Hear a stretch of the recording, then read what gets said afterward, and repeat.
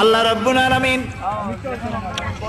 কোরআনে কারীমের ভিতরে নবীজির নাম একটি বারের জন্য নাম ধরে তাকে ডাকেন নাই, বরং তিনি বলেছেন তোমরা পরস্পরকে যেভাবে নাম ধরে ডাকাডাকি করো আমার নবীকে সেভাবে নাম ধরে ডাকবে না। আল্লাহ নিষেধ করেছেন আমার নবীর নাম ধরে ডাকবে না। সুবহানাল্লাহি ওয়া বিহামদিহি।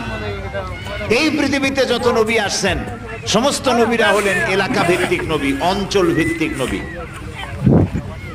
এক এক এলাকার, নূহ আলাইহিস সালাম এক এলাকার, মুসা আলাইহিস সালাম আলাক এলাকার, দাউদ আলাইহিস সালাম আলাক আরেক এলাকার, এরকম এলাকা ভাগ ভাগ করা। কিন্তু মুহাম্মদ সাল্লাল্লাহু আলাইহি সাল্লামকে আল্লাহ রাব্বুল আলামিন কোন এলাকার জন্য নবী বানান নাই।